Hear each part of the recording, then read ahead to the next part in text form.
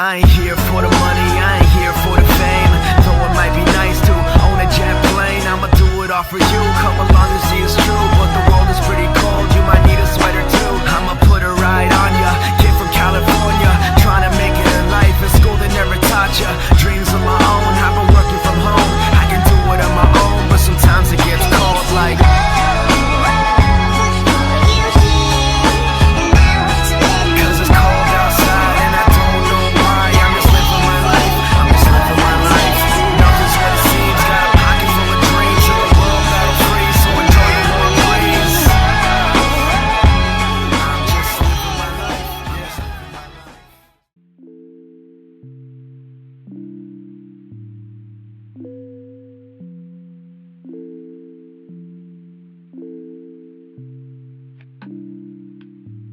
So a few weeks back, I was posed with a question by Team Killer Maniac.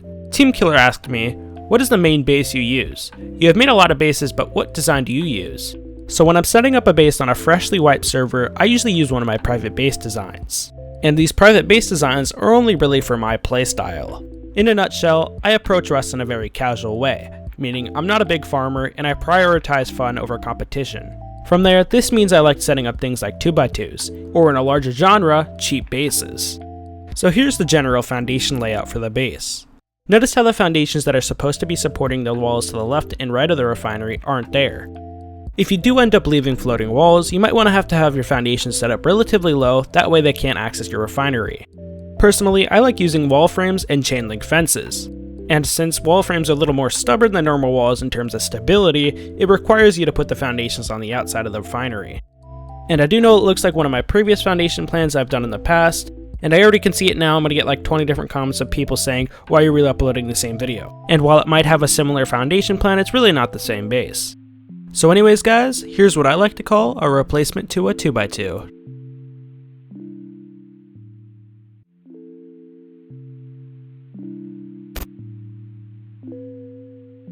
Hey, how's it going everybody? Talking Doc Tuesday here, and today I'm bringing you another base build. Here's our airlock right here alongside of the small chest. The main purpose of the chest is to store tools, but I do advise that you do store a weapon such as a pipe shotgun in there. The reason for this is for say somebody does end up door camping you. You can open up the door to the right, along with the front door. From there you can get a nice peek hole, which allows for some excellent angles. Even if they end up killing you, they won't be able to get in, because the door to the right blocks entry.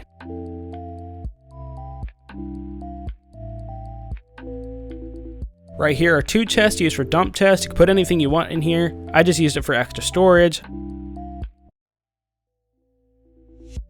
Here's a refinery room, which of course includes an oil refinery, which smelts down crude oil into low-grade fuel.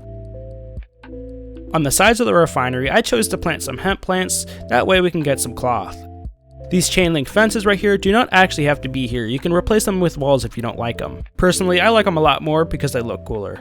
Here's main tool cupboard, no stack cupboards because the space literally only costs 11k stone. To get to our second floor, it's pretty simple. All you gotta do is open up the airlock door, jump on top of the box, jump on top of the door, and then jump in through the second floor doorway. If you find this quite troubling, you can use a ladder if you'd like.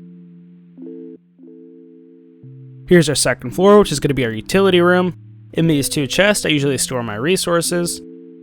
For this base, I definitely recommend that you spread your loot out throughout the base, including the ones on the bottom floor. That way if somebody raids this top floor, at least you still have a bit of your loot on the bottom floor.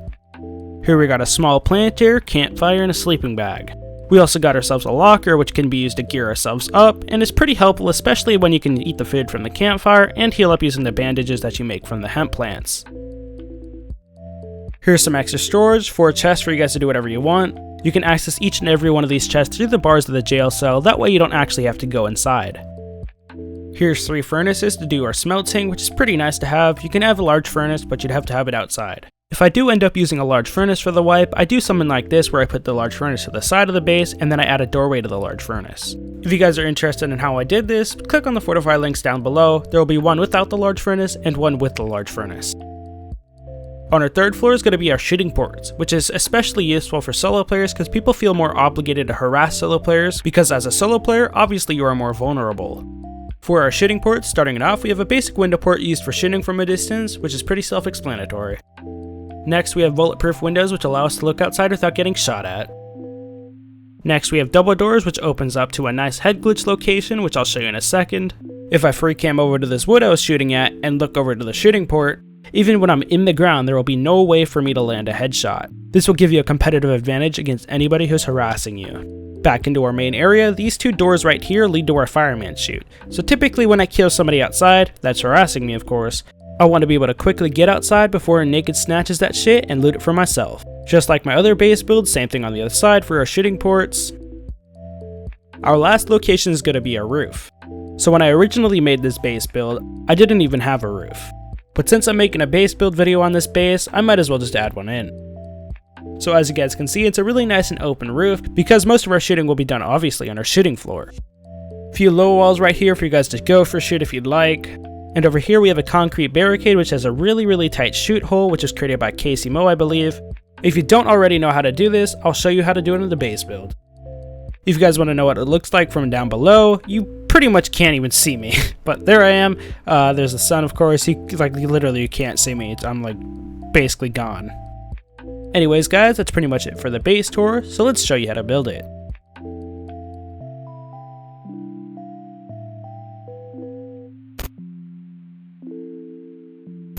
Start the base build off by placing a triangle foundation at about eye level. Add 2 extra triangles off this one triangle to form a trapezoid, and then upgrade everything to stone. If you have enough metal frags, upgrade it to sheet metal because you'll have to upgrade it to sheet metal later. On the top of the trapezoid, add a single doorway and then walls around the rest. Add a wood door and a normal lock, or a sheet metal door and a code lock depending on what you have. Turn around and on the triangle to the right, add a tool cupboard. Then on the other triangle, add a small furnace, and to the right of that small furnace, add 2 small boxes. If you have a large box, you can also fit it here. Then finally add a sleeping bag right in front of your small boxes. This acts as a good starter base because it only costs a few nodes. Once you get enough metal frags, replace the normal lock and wood door with a sheet metal door and a code lock. Now that you're a little bit situated, get an oil refinery and rotate the pipe until it faces away from you. I like this base a lot because unlike my other refinery bases, you can actually place a refinery after you have the foundations down. Now we have to expand our foundations. Place a square right off the trapezoid, then add a triangle, remove the square, place another square, and then place 3 more triangles like so. Make sure you can place a wall right here. If you can't place a wall right there, you fucked up your refinery placement. Off of the new trapezoid, add another square and another triangle, and then remove the square. We are done with our foundations. Here's what our foundations look like from a bird's eye view. Pretty simple. Now just upgrade your foundations to sheet metal. The reason why we use sheet metal is because it's cheaper, harder to pick, and it takes longer to decay. On both sides of the refinery, place double door frames and then fill it in with a chain link fence. If you want to use a normal wall, you could do so. Place a single door right here, it really doesn't matter where it's facing. Then on the left triangle, place another single doorway, upgrade it to stone, and then fill in the rest with walls. Now just fill in your doors. On the right side of the trapezoid, add a large chest, place a low wall sticking through, don't upgrade it to stone just yet, then place another chest on top. You can upgrade this low wall to sheet metal or stone, it really doesn't matter. Then to the left, add another single doorway, upgrade it to stone, and then fill in all your doorways. Once all your doors are down, head back into your airlock and then place a small box right against the wall. Open up the airlock door, then jump on top of the chest, and then place in your sheet metal flooring. Make sure you upgrade the previous triangle flooring to sheet metal as well. Once your flooring is down, place all the perimeter walls and upgrade it to stone. Start the loot room off by heading over to the first trapezoid.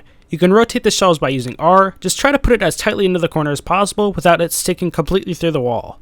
Then try to tightly fit your 4 boxes against the wall.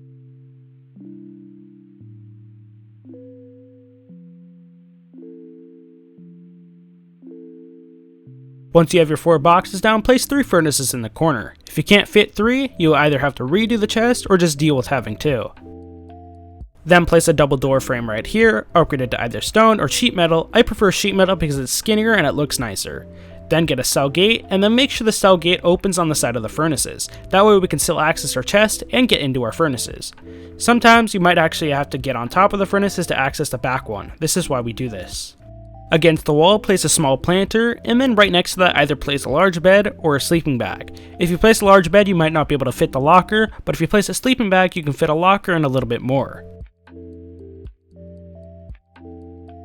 Once the bag is down, place a locker away from the cell gate, that way we can get into the corner to access our chests. Then to the right of the locker, add a campfire. Then back on the second triangle, add a doorway here, upgrade it to stone, and then add a few chests like we did on our first floor.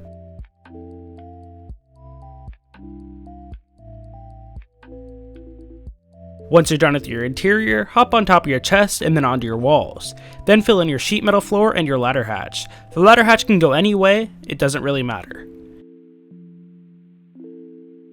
For your shooting port, start off by placing your window frames on the left side of the trapezoid. To the right of that, place a double door frame for your bulletproof windows.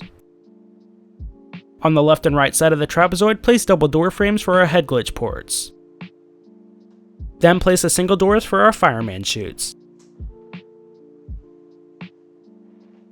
From there, just fill in all the doors, window ports, and shop fronts.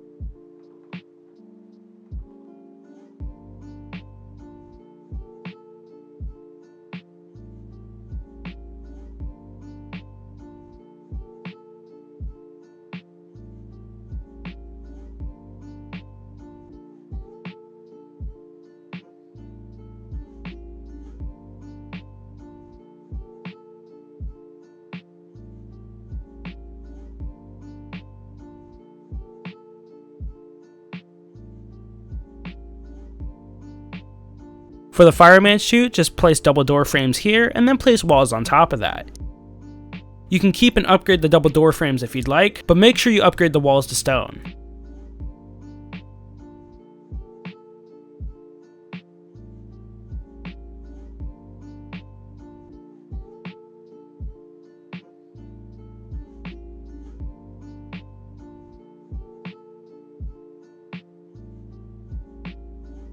Place wall frames right next to your ladder hatch and then fill it in with a cell gate. You can place walls on top, that way when you're climbing the ladder you don't get a headshot, or you can just leave it blank like I usually do. But make sure you place a ladder on the side that does not have the opening.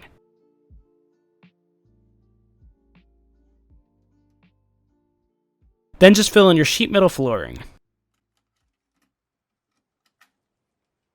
To do the barricade glitch with the crack in it, all you gotta do is just place a ladder hatch frame, and then on the ladder hatch frame you gotta angle the barricade until it makes an angle like so.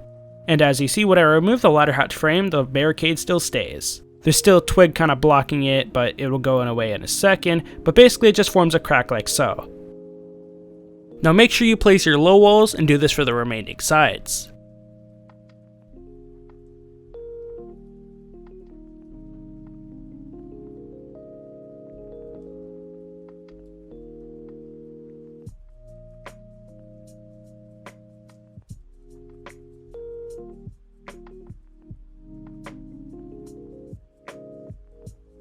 And for your final step, all you gotta do is just remove everything that you put in your starter base and then put your cupboard appropriately in that one triangle. Anyways guys, that's pretty much it for the base build. Make sure you like and subscribe if you haven't already, and anyways guys, I'll see you in the next one.